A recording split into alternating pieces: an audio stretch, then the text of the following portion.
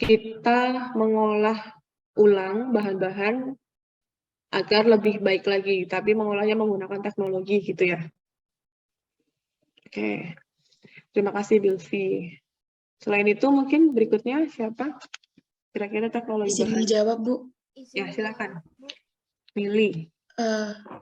Menurut saya teknologi bahan itu sama kayak ilmu yang mempelajari tentang jenis-jenis, sifat-sifat, dan fungsinya, penggunaan, bahkan pengembangan dari bahan-bahan yang dipakai untuk konstruksi sipil. Ya, jenis-jenis, sifat-sifat, bahan-bahan yang digunakan untuk konstruksi teknik sipil ataupun infrastruktur yang berhubungan di bidang konstruksi. Oke, Mili. Terima kasih, Mili. Oke, satu lagi mungkin ada yang bisa merangkum dari mungkin tadi, ataupun mungkin beda pendapat dari Mili dan Bilvi. Silakan satu lagi.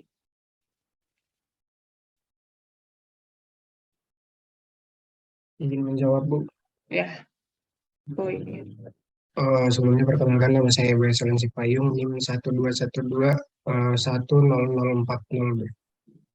Menurut saya teknologi bahan itu yaitu ilmu teknik yang mempelajari tentang sifat material ataupun bahan yang ingin digunakan untuk membuat suatu konstruksi dengan mempelajari atau menghubungkan apa yang dibutuhkan untuk membangun konstruksi tersebut, Bu. Oke.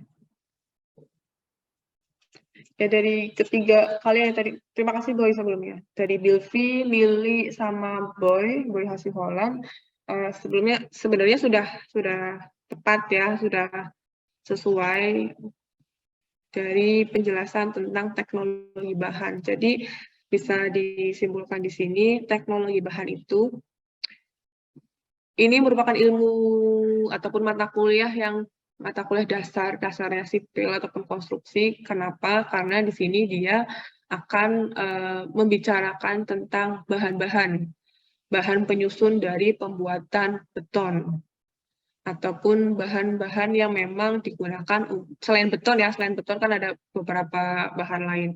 Bahan-bahan yang juga berkaitan dengan bidang konstruksi, misalnya baja, kayu, bambu, itu kan juga termasuk beberapa bahan yang bisa digunakan untuk bidang konstruksi teknik sipil gitu. Nah, di sini berarti kurang lebih kita akan membicarakan seperti itu gitu.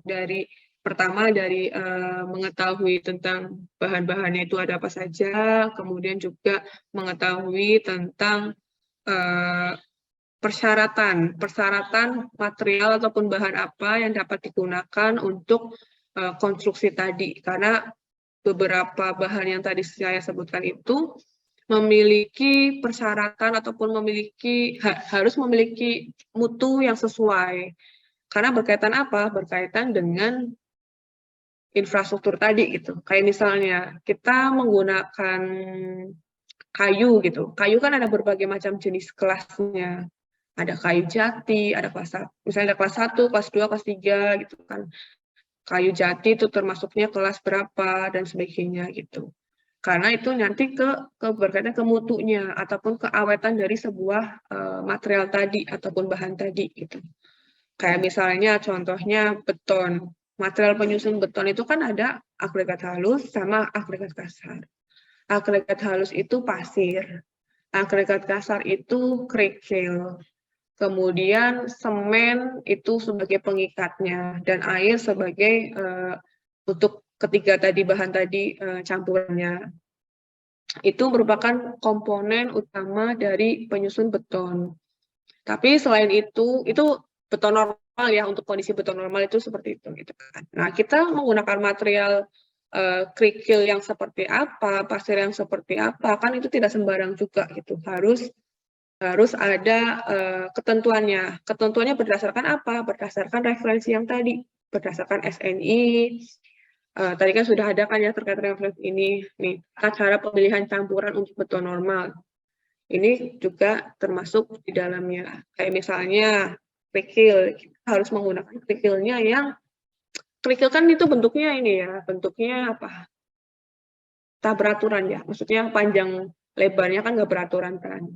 Itu juga harus ini jangan menggunakan kerikil yang bulat ataupun yang ini yang bulat penuh itu jangan, tapi gunakan kerikil yang sudah pecah-pecah ataupun memiliki ukuran-ukuran tertentu gitu. 1, 2 atau berapa gitu.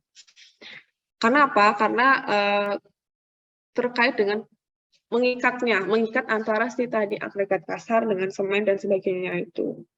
Nah, kerikil itu pun juga harus dilihat dari kadar airnya terpenuhi enggak gitu, kandungan lumpurnya, kemudian ada uji-uji yang lainnya terpenuhi enggak gitu. Kalau sudah terpenuhi dan sesuai dengan standar SNI, Standar Nasional Indonesia, nah itu baru bisa digunakan untuk material penyusun beton. Sama halnya dengan pasir. Pasir juga harus dalam kondisi SSD, Saturate Surface Dry. Itu adalah pasir yang memang bagus untuk membuat beton. Dan juga harus kandungan lumpurnya dan juga kadar zat organiknya, kadar airnya dan sebagainya itu juga diuji dulu gitu. Nah, itu nanti ada persyaratannya. Nah, mungkin kalian bisa tuh download SNI tadi, terus kalian baca gitu. Oh, ternyata termasuk belum tentu material-material yang tadi di sekeliling kalian itu sesuai dengan ketentuan gitu. Bisa jadi itu sebenarnya tidak bagus gitu. Atau misalnya pasir ya, ternyata pasirnya itu kandungan lumpurnya banyak sekali gitu. Berarti kan nggak bagus untuk pembuatan beton.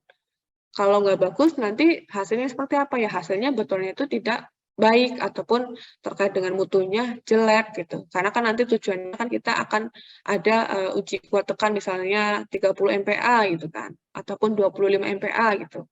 Tapi kalau dari uji properties tadi, beberapa material itu tadi tidak terpenuhi ataupun jauh sekali dari angka toleransi, itu akan merusak dari beton itu sendiri gitu. Kayak misalnya di dalam pasir ada kadar zat organiknya ataupun ada kandungan-kandungan apa yang dapat merusak beton itu sendiri gitu. Kalau lama-kelamaan dipakai, ya pasti akan merusak si struktur itu gitu. Jadi sepenting itu kita harus melakukan uji properties terkait dengan bahan-bahan material tadi gitu. Begitupun dengan baja, kayu, bambu dan sebagainya itu pun sama. Mereka memiliki aturan-aturan ataupun persyaratan tersendiri gitu. Oke, itu terkait dengan teknologi bahan dan di sini seperti yang tadi saya sampaikan di awal bahwa berkaitan dengan durabilitas. Kira-kira durabilitas ada yang sudah tahu durabilitas itu artinya apa? Ya, silakan siapa dulu nih? Ladies first atau gimana? Anggreni.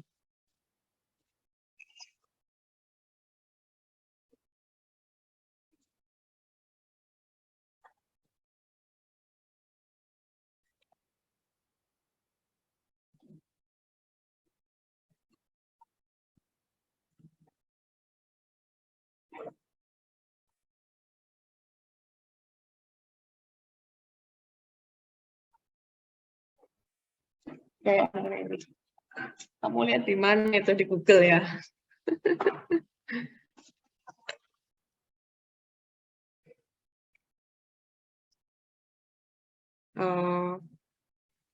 Oke. Itu kata-kata kamu sendiri atau kamu dari Google terus dibaca ulang di sini? Ngapalin? Oke. Bagus ya, masih awal udah nyatet-nyatet gitu ya.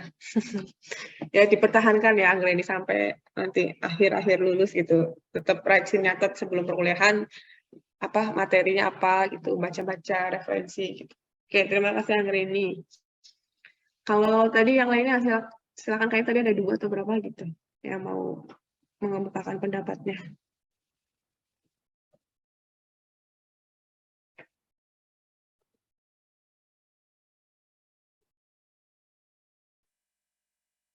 Ada atau cukup dari Anggreni atau sama? Referensinya sama ya? Silakan. Izin menjawab, Bu. Izin menambahkan.